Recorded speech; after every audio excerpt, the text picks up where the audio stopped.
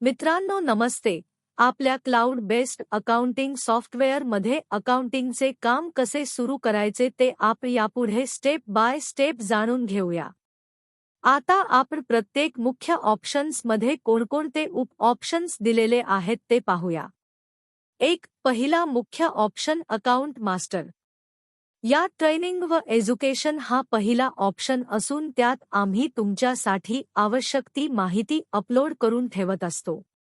दुसरा option society profile असून त्यात नवीन संस्था रजिस्टर करताना सेव्ह केलेली माहिती स्टोअर असते. तिसरा ऑप्शन फायनान्शियल इयर हा असून तुम्ही जेव्हा नवीन संस्थेची माहिती पहिल्यांदा सोसायटी प्रोफाइलवर नोंदविता तेव्हा जी सोसायटी रेजिस्ट्रेशनची तारीख नमूद करता त्या तारखेपासून संस्थेचे सर्व आर्थिक वर्ष आपोआप जनरेट होतात व त्या वर्षात तुम्हाला त्या संस्थेची माहिती नोंदविता येते. चौथा ऑप्शन ग्रुप हेड असून त्यात तुम्हाला आवश्यक असलेले ग्रुप हेड एडिट करता येतात.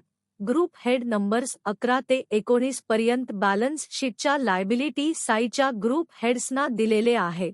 ग्रुप हेड नंबर्स 21 ते 29 पर्यंत बॅलन्स शीटच्या ॲसेट साईडच्या ग्रुप हेड्सना दिलेले आहेत.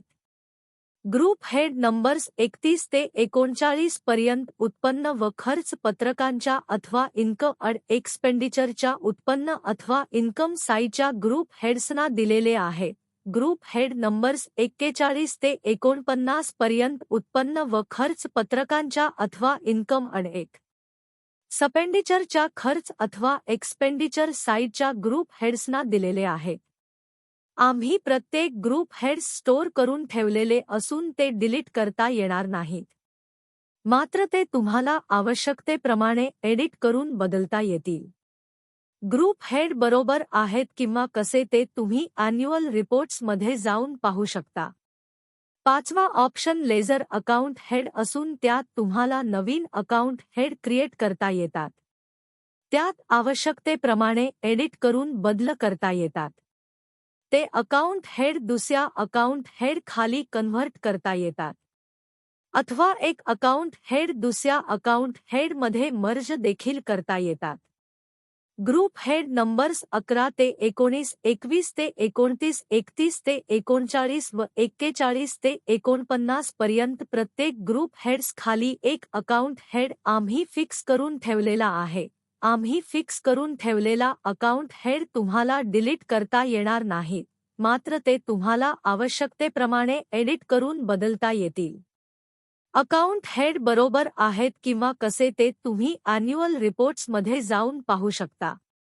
अकाउंट हेड्स बाबत अधिक माहितीसाठी 9136050062 वर संपर्क साधा. तुम्हाला योग्य ते मार्गदर्शन केले जाईल.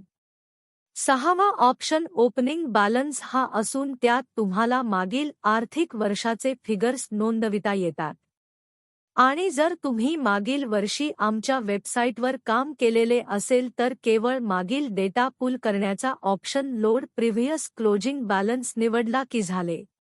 मग तुमचे मागील वर्षाचे क्लोजिंगचे फिगर्स आपोआप अपलोड होतात. तसेच अपलोड केलेले क्लोजिंग बॅलन्स तुम्हाला क्लिअर एक्झिस्टिंग बॅलन्स हा ऑप्शन वापरून डिलीट देखील करता येतात. एकदा ओपनिंग बॅलन्स नोंदविले की त्याचा इफेक्ट सर्व ठिकाणी आपोआप जातो. ओपनिंग बॅलन्स बाबत अधिक माहितीसाठी 9136050062 वर संपर्क साधा. तुम्हाला योग्य ते मार्गदर्शन केले जाईल.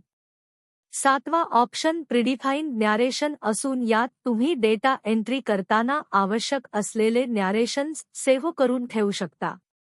आठवा ऑप्शन प्रीडिफाईन्ड बँक्स असून यात आम्ही संपूर्ण महाराष्ट्रात अस्तित्वात असलेल्या बँकांची नावे स्टोअर करून ठेवलेली असून त्यांचा वापर तुम्ही डेटा एंट्री करताना आवश्यक असलेली बँक निवडण्यासाठी करू शकता.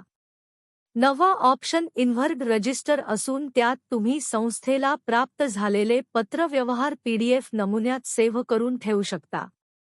कोणतीच संस्था इन्व्हर्ड रजिस्टर ठेवत नाही, त्यामुळे संस्थेत खूप वादविवाद होतात.